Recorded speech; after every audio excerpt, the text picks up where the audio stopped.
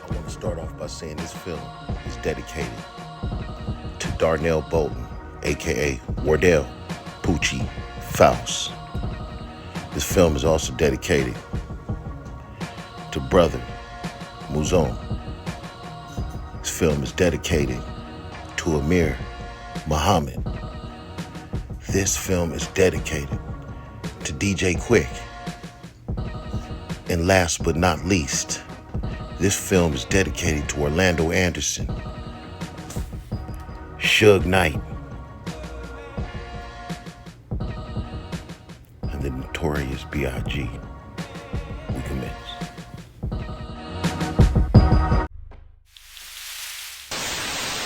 It's a question people have been asking for nearly 2 decades. Who killed rap star Tupac Shakur? It's one of the most notorious murders in Las Vegas, and despite dozens of witnesses and multiple investigations, it's never been solved. Several informants told investigators the white Cadillac used in the shooting of Tupac was rented. However, police were never able to track down the car. We also reached out to the Las Vegas Metropolitan Police Department. They told us they couldn't comment because the investigation into the death of Tupac Shakur is still ongoing. Greg Kading, the LAPD officer we spoke to for this piece, has published a book and has a documentary about his findings. He was taken off the investigation after an internal review found him guilty of altering witness statements. So if you want to say something, Mace, tell us why you didn't go.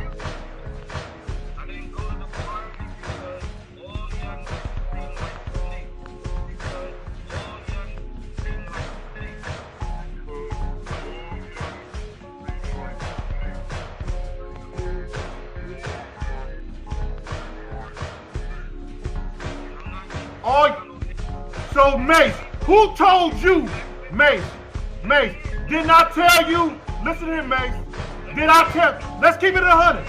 When you was riding around, Answer. Let me answer. Go ahead. Let me answer the question. You guys was the security. If somebody shot the biggest rapper in the world, why y'all didn't shoot back? Y'all had time?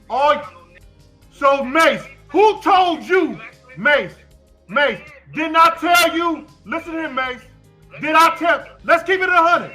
When you was riding around, Answer. Let me answer. Go ahead. Let me answer the question. You guys was the security. If somebody shot the biggest rapper in the world, why y'all didn't shoot back? Y'all had time. Why y'all didn't shoot back? Y'all had time. Here in the middle of LA's fashionable Wilshire district called Museum Row. The rapper's car was riddled with bullets, leaving him so badly wounded that he was pronounced dead at the nearby Cedars-Sinai Hospital, often known as the Hospital of the Hollywood Stars. The shooting followed a music industry party celebrating the Soul Train Music Awards, where Notorious B.I.G. performed last year. The party was here inside the Peterson Auto Museum, but when the party became too crowded, the fire department shut it down and sent everybody on their way. Well, it's still early in the investigation, but it appears that that was the intended victim. So this is another round fired in this war of the rappers? Well, we hope that we're not getting into that situation. This is a very tragic event. It has similarities to another shooting, but there were a lot of people that were in the area, and we're hopeful that someone would come forward and give us information so that we can close this case. With the date of Biggie's upcoming album approaching, Biggie goes to Los Angeles, where he presents an award at the Soul Train Music Awards.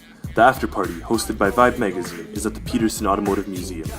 Wallace and Sean Puffy Combs stay there until the party is shut down by the fire department. I live out there, so don't go there. But that don't mean a nigga can't rest in the West. See some nice breasts in the West. Smoke some nice sex in the West. Y'all niggas is the mess. Thinking I won't stop. Nigga LA crap. All I got is beef with those that violate me. A black Chevrolet Impala is seen parked outside of the awards, but its presence is ignored. The first Suburban is driving Puffy and 3 bodyguards The second, Notorious B.I.G. and members of the Junior Mafia. Taking a fat burger, spend about a week on Venice Beach, sipping Crisco with some freaks from Frisco. I'm going back to Cali. I'm going back to Cali. As the Suburban carrying Puffy runs the yellow light, Biggie's comes to a stop. It is at the corner of Wilkeshire Boulevard and Fairfax.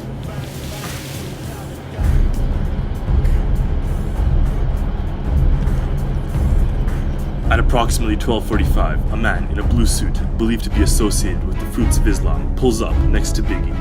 He is in a black Chevrolet Impala.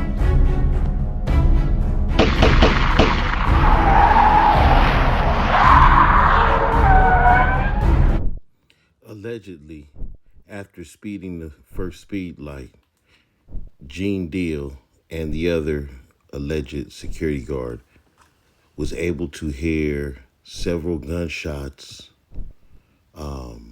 after speeding across a almost yellow red light past the median, maybe, let's say, a block down the street, was able to hear gunshots and immediately spin around in rapid succession and come right back to Biggie.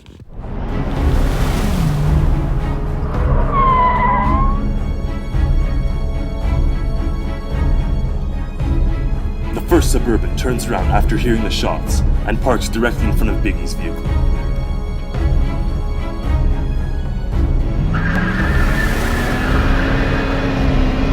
While Sean Combs stays behind with Biggie, two bodyguards pursue the black Impala.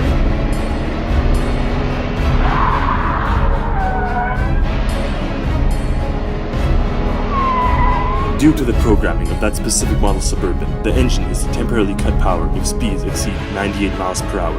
The Impala sped off, and the bodyguards returned to Wallace.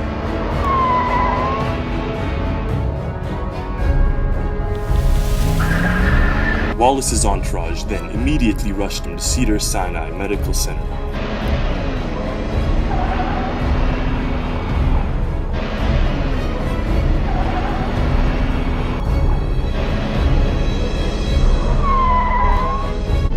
Due to the 4 bullets that hit Wallace in the chest And the massive internal bleeding, he was pronounced dead at 1:15 a.m.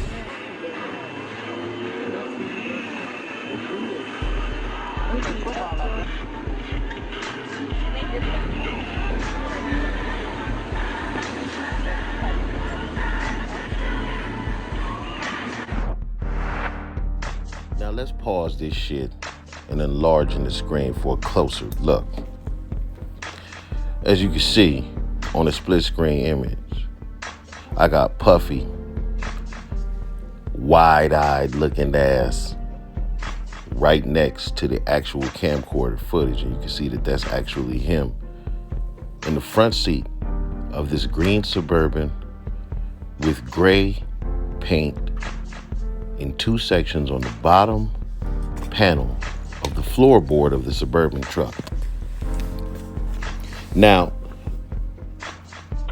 in the actual picture that they released online of the truck that was shot, allegedly that had Biggie in it, there's no gray stripes painted at the bottom. So that was my first alarm.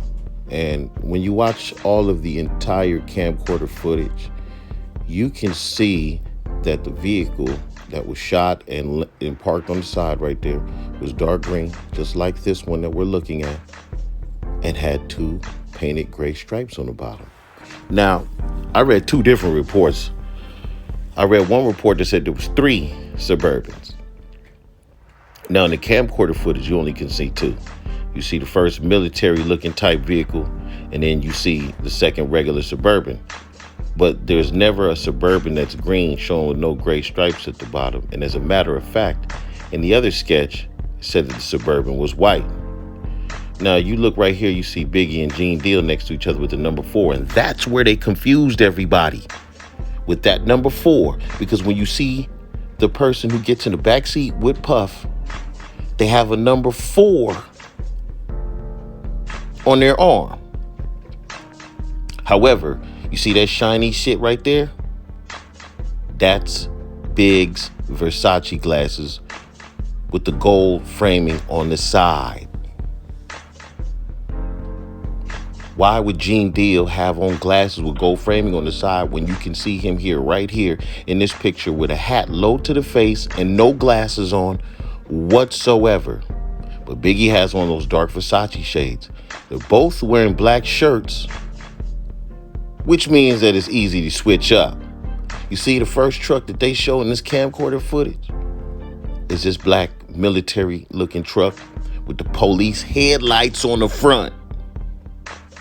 But you cannot tell for the life of you who's in that truck. And then all of a sudden, that truck magically turns into the green truck with the gray stripes on the bottom with Puff in the front seat. Not in some third Suburban in a white truck like they show in the movie. Okay? They take off and you hear the shots go off. And I'm going to show you the actual motion picture side by side with the camcorder footage and see how well, first of all, as far as cinema photography, they did a great job of duplicating the scenery the night that the Notorious B.I.G. was allegedly killed. As you can see, the green Suburban we looking right here at doesn't have gray panels on the side. It's all green with a gray or silver racing stripe or bumper bar along the side of the door where the rapid fire hit the door. Now here's the motion picture. Let's watch.